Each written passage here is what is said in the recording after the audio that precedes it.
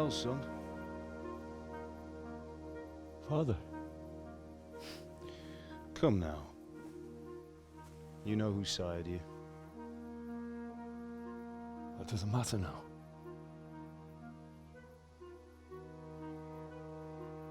I miss you, Emma. I miss you very much. You'll be fine. We're proud of you. For what? I let you down. I lost the sword. I let that bastard get away. Don't be so hard on yourself. There was nothing you could have done to save us. And someone has to live and carry the torch. As for the sword, it's just a thing. You didn't want me fighting. Now look at me. Standing up to evil isn't the same as sowing its seeds. You did what was right.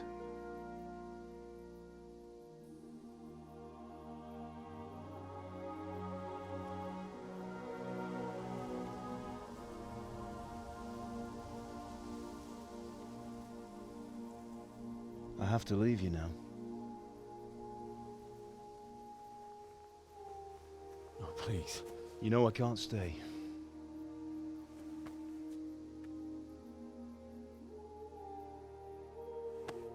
Will I ever see you again? God knows.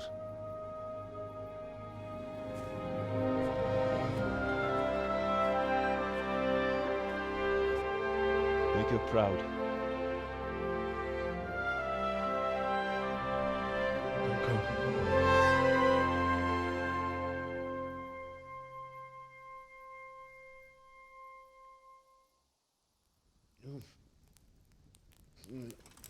Don't go. Don't go. No. What on earth were you dreaming about? I couldn't wake you, and it's well past dawn. Sir Radzig wants you at the upper castle. The lords are in council with Jobst. Right. I'll go straight away.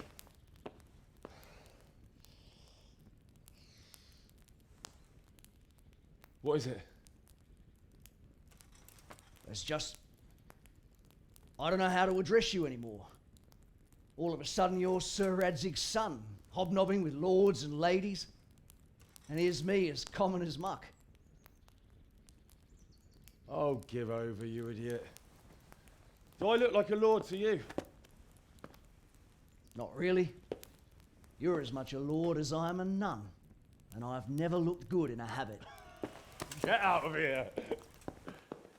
Or I'll have you clapped in the stocks.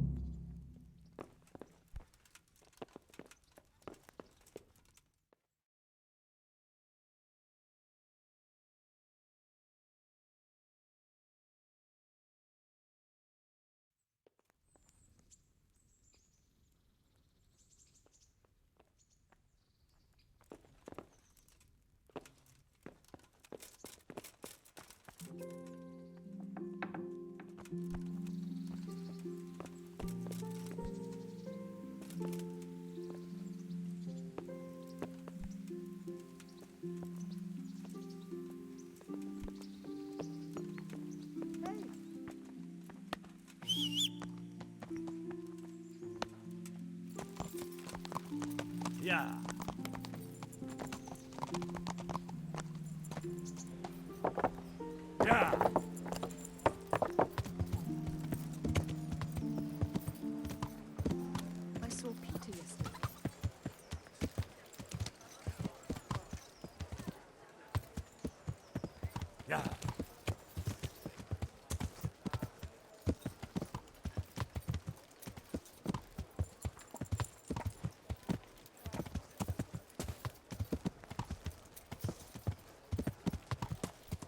Yeah.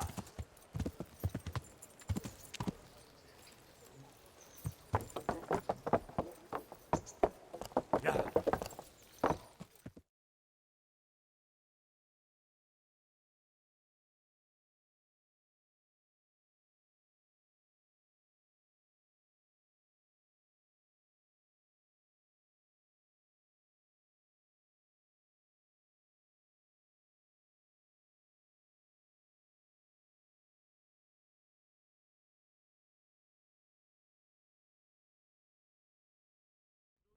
Ah, Hal.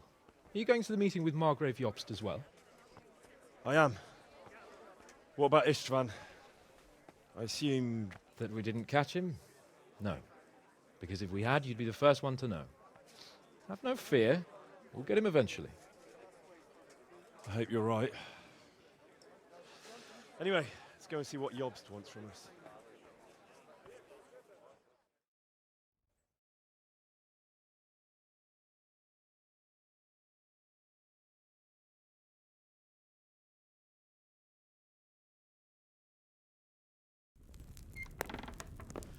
My lords, Christ's blessings on you all.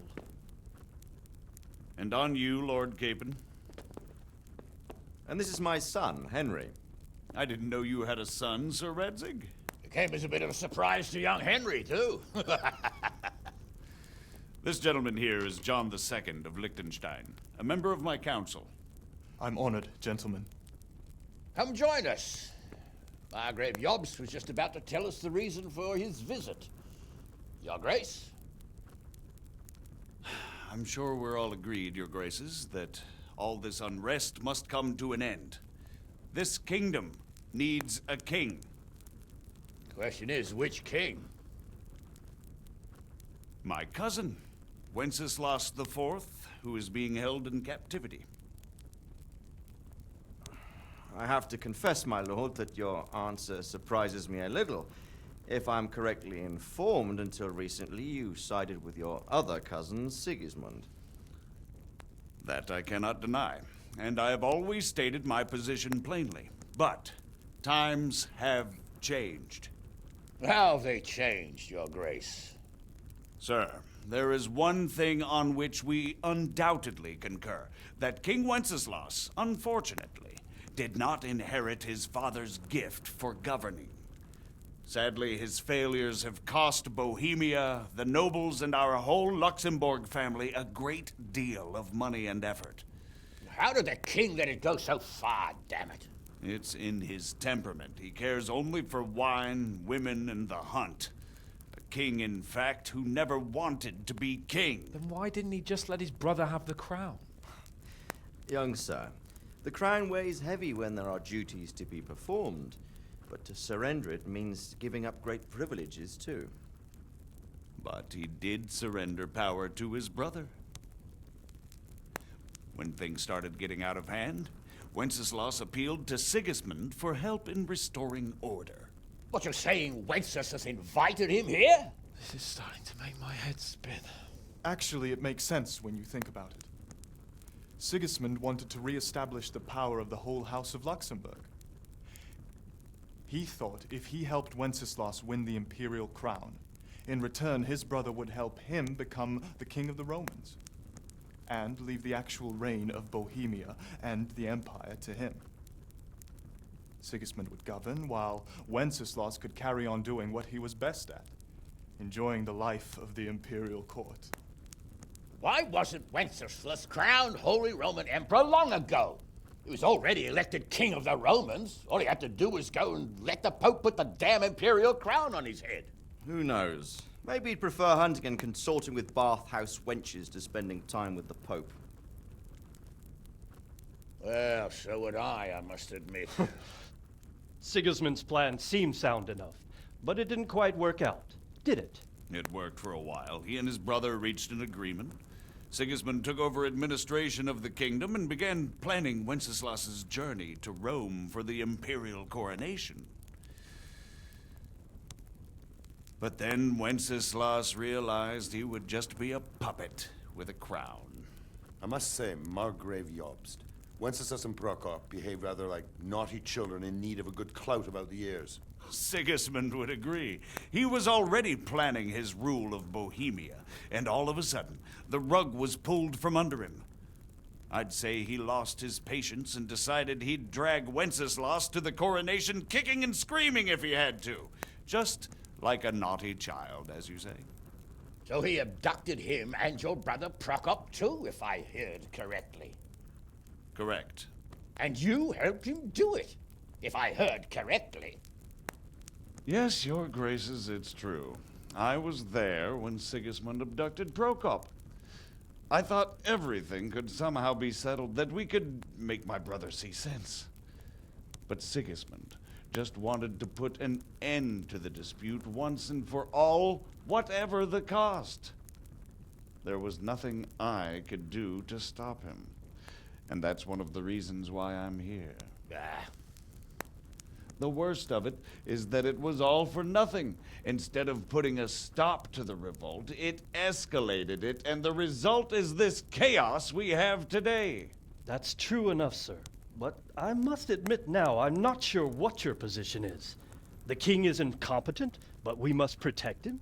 The simple truth, gentlemen, is that for all of Wenceslas's faults, we have no one else. So we'll have to make do with his idleness. People like him, though. But what can we do now? Sigismund has the League of Lords behind him. Otto von Bergholf, Heinrich von Rosenberg. The situation has gotten completely out of control.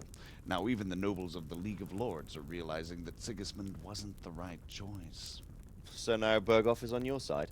Are we to assemble an army together with him and face Sigismund on the field of battle?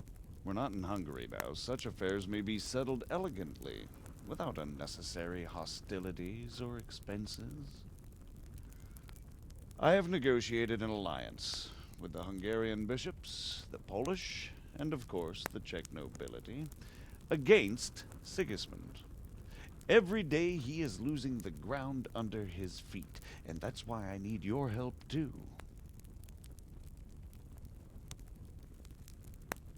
What kind of help, though? Sigismund has a massive army, and Rosenberg, Berghoff, and Prague are behind him. Do you have an army you could face him with? But that's not what I mean at all. There's been a revolt against Sigismund in Hungary, partly due to my efforts, and now he'll have to choose whether he wants to gain the Bohemian crown, which is a very risky enterprise, or hold on to the Hungarian one. He can't have both. And there's a tough struggle awaiting him in Hungary. I'm not sure he'll win, and Rosenberg and Berghoff know it too. They're not stupid. If the Bohemian nobility stands together, they will turn. We are men of little consequence, Margrave.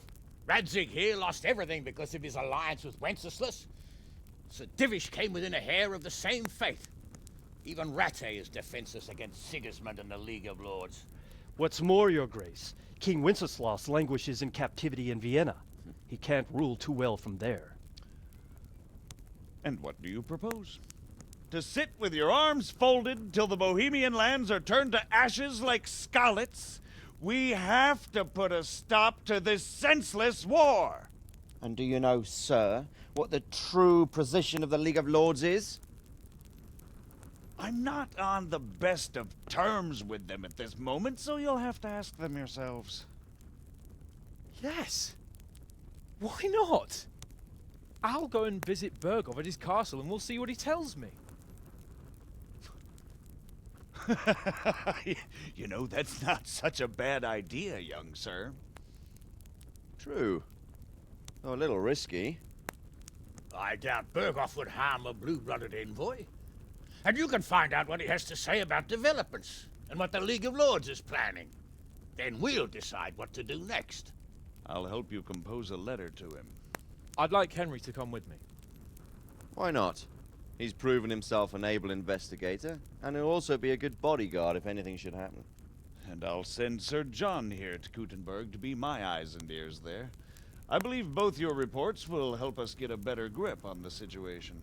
When can you set out? Just as soon as I've packed my things. Excellent. Margrave Jobst and I will draft a letter. Get ready, and we'll meet back here.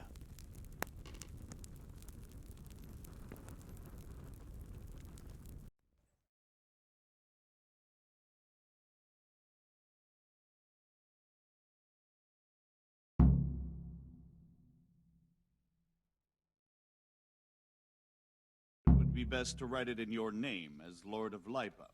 Quite so, Margrave. What exactly am I to write?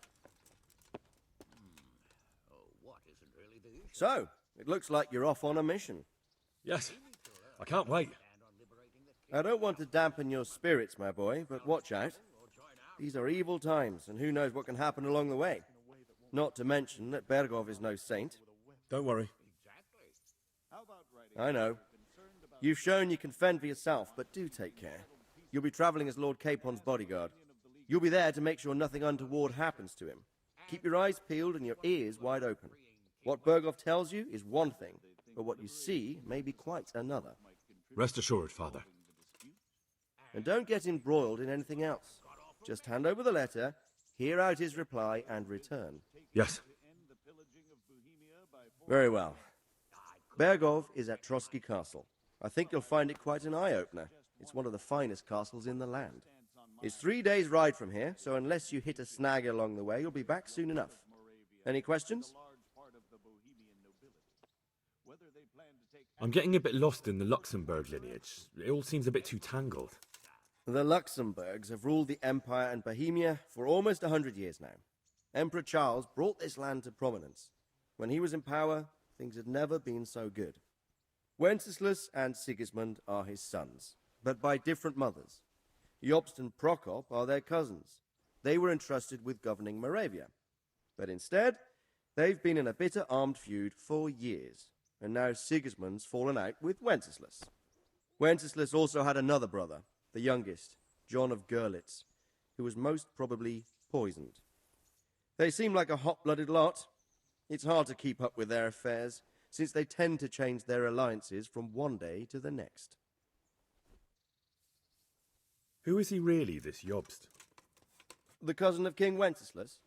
He's the Margrave of Moravia. I admit I don't know what to make of him myself. Until recently, he was allied with the League of Lords.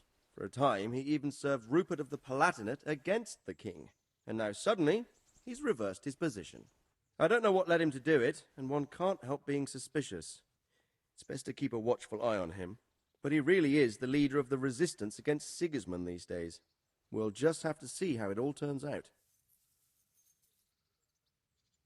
I'm a bit concerned so many people seem to think so little of King Wenceslas. You knew him, didn't you? What's he really like? Well, there's no straightforward answer to that question. He certainly makes a great hunting and drinking companion, but he can be very fiery and impetuous when things don't go how he'd like them. He never had much of a head for high office. He finds it tiresome. But once a man's grasped the scepter, it's hard to let it go again. You can't just abscond. You've seen for yourself what happens when he disappears for a few months. Better a bad but legitimate king than a bloody war over the throne. Who is this Prokop that Jobst spoke of? Jobst's brother, the king's cousin. He and Jobst warred over Moravian supremacy for years. Then they were allies for a while, betrayed Wenceslas and sided with Rupert of the Palatinate. But after Sigismund abducted Wenceslas, Prokop fomented a revolt against him, and Sigismund had him captured. Politics. Make of it what you will. I, for one, can't make head or tail of it most of the time. The League of Lords and that Berghoff we're off to see. Who are they exactly? The lords of the powerful houses. Heinrich of Rosenberg, Otto of Berghoff, Heinrich of Radetz, and others. They're unhappy with the way their influence declined after Wenceslas surrounded himself with the lesser orders of nobility. They abducted the king years ago and made him bow to their will. They got away with it that time, and now they've joined forces with Sigismund and done it again. But now it seems that Sigismund's behavior is starting to rub them up the wrong way, so they may well be thinking twice. We'll see what Berghoff has to say. I don't know all that much about Sigismund. He's the king's younger brother and king of Hungary in his own right. 7 years ago, he led a crusade against the Turks and was defeated at Nicopolis. Some say it was due to the recklessness of the French knights, most of whom were mercilessly slaughtered. Sigismund is ambitious and capable. He might well make a better ruler than Wenceslas, but he's arrogant, and to our misfortune, brutal. Not long ago, He himself was held captive by the Hungarian nobility. They dislike him as much as some of the Czech and German noblemen do his brother Wenceslas. Ironically, Wenceslas joined forces with Jobst to liberate him. And now this is how Sigismund repays his brother. There's no doubt about it, God does move in mysterious ways.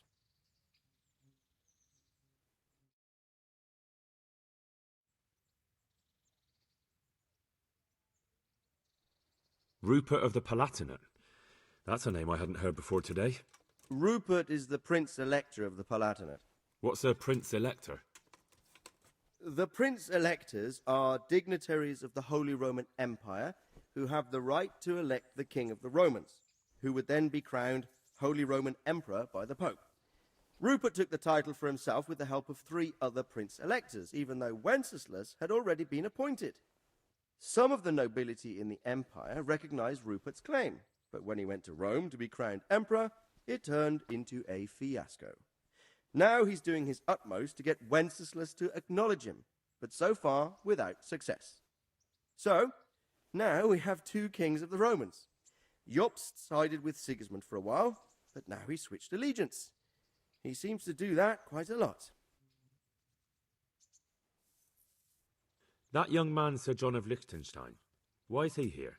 The Liechtensteins are a powerful Austrian family with estates in Austria and Moravia. Sir John sits on Jobst's council. Since the king's being held captive in Vienna, I suppose it makes sense to have a powerful Austrian house as allies. It could be very useful. That's about all. Very well. Take the letter from Sir Hanush. And good luck, son.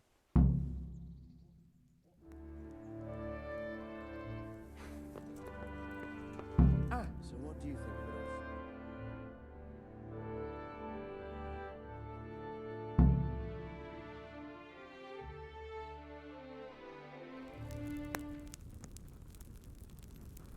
I believe we have written it well, gentlemen. Without a doubt. No one could deduce from this whether we are Sigismund's allies or foes. I must travel back to Brno now, but soon I will go to Brandenburg and I will stop here on the way back. By then, Sir Capon should be back and we can discuss how to proceed. Right. Before you leave, my lord, there is one thing that gives me no rest. Why did Sigismund come as a foe? It makes no sense. If I may, sir, I think I can explain. Oh, please enlighten us, young sir. I live not far from Hungary, where Sigismund reigns. It is a savage country, and the constant war with the Turks has hardened the people. They need a monarch with an iron hand. So when Sigismund felt the wind of revolt, he reacted as he would at home. Only what works on the Hungarian nobles does not work here in Bohemia. Bringing order is one thing, but slaughtering and pillaging with a horde of barbarians quite another. What purpose does that serve? But Sigismund did give the Bohemian nobles a chance to take his side. It was only when they refused his ultimatum that he lost patience and took to the sword. As for the barbarians, he could afford nothing better. The Hungarian nobility would gain nothing from joining his campaign in Bohemia. He didn't have enough coin for a regular army, and so he recruited the Cumans. What he does not pay them, they make up for in plunder. But in the end, he didn't have enough to even satisfy the Cumans. That's why he raided Kuttenberg and Skalitz. He wanted the silver. That makes sense. My lords, how's the letter coming along? It's done. Then we can be on our way. Now remember what we said, boy. All you have to do is deliver the letter, listen to the answer, and come back here. Don't provoke Berghoff in any way. Provoke? Me? Never, Uncle. We'll be back in a few days. Farewell, your graces. Come, Henry, my men are waiting. I wish you Godspeed.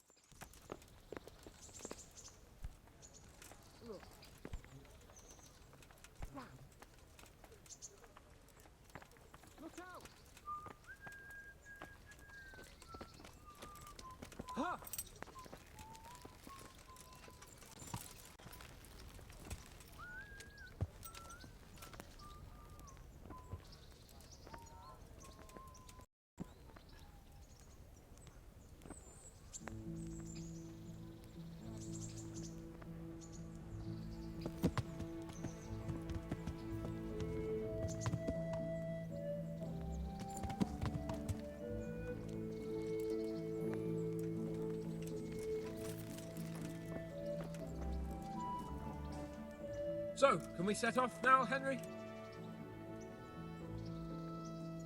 Of course. I can't wait. So, to horse! The Lord of Burgov is bound to be waiting us eagerly.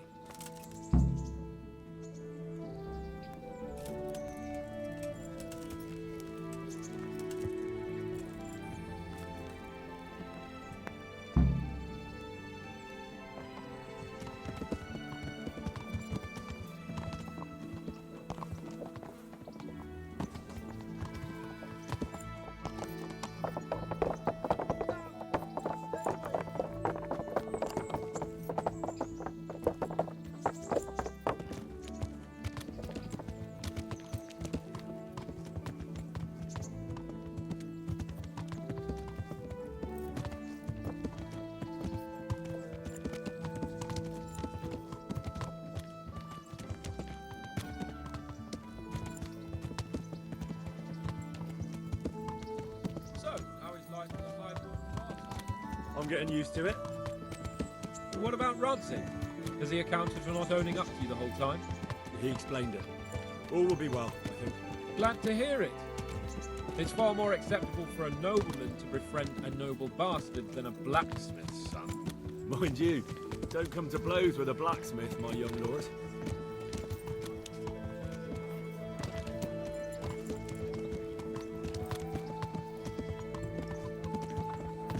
What do you think about Sir Yobst and his plan? Well, I admit all the scheming has me a little lost.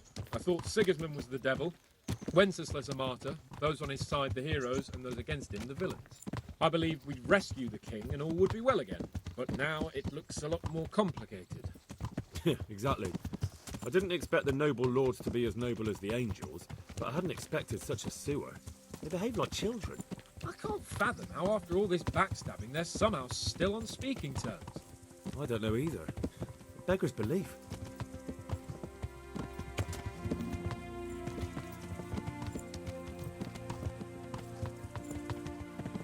Did you know that King Wenceslas is such a... Feckless drunkard? Not really. And to be honest, I'm not sure I wanted to know.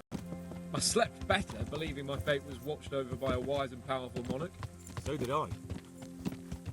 What a dismal world when you can't keep trust in your own king. On the other hand, times were better with him here than with him gone.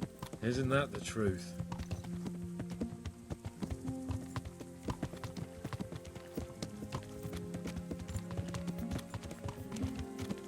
What do you think of Sigismund? If I were him, I'd have had enough of my brother even sooner. But he's a monster. Look at what those hordes of his are getting up to here. What he did in Skalitz. True enough. On the other hand, if Wenceslas and Prokop hadn't double-crossed him, none of this would have happened. No one forced him to burn Skalitz. That's a fact. But he couldn't let them shit all over him either. Not that I'm defending him. He's a weasel. No doubt about that.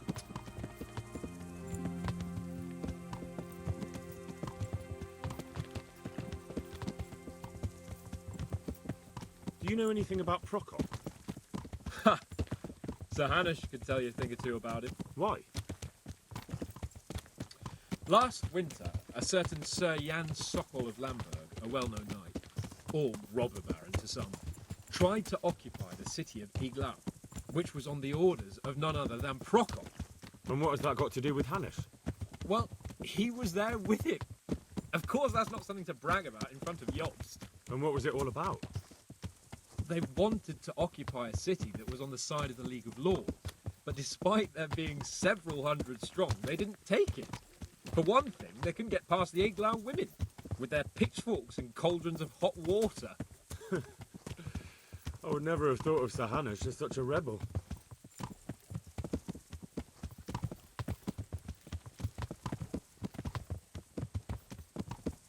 And have you heard anything about Rupert of the Palatinate? A little. He can't manage even to wrest power from a king who doesn't much care for ruling and isn't fighting back. That doesn't seem like a man who has what it takes to rule. And that's all I need to know.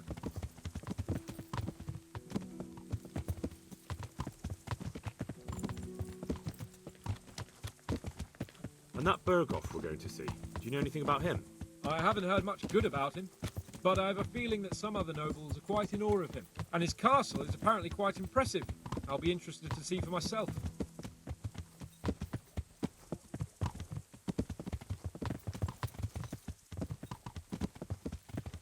And what about the League of Lords? Wealthy, pompous. The king doesn't seem to like them much. He's chosen to let the lesser ranks of the nobility into his circle, men like your father. I admit I don't blame him one bit, but the lords weren't happy about their lost influence, so they put their foot down. If I were Wenceslas, I'd have let them hang after they abducted me the first time, but he gave them seats at the provincial council? Little wonder they're back in their old tricks.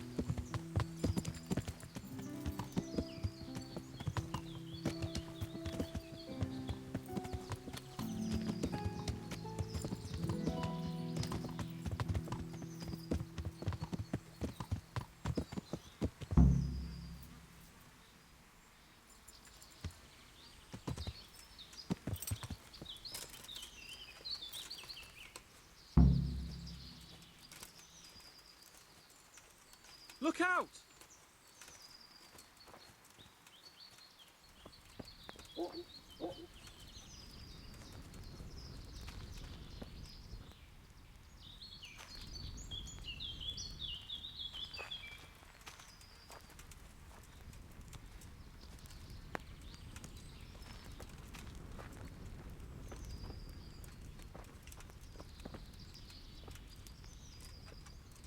How about it, Henry? Can we go? Are you ready for this? Of course. At last I'll get to see more of the country and have a bit of an outing. Quite.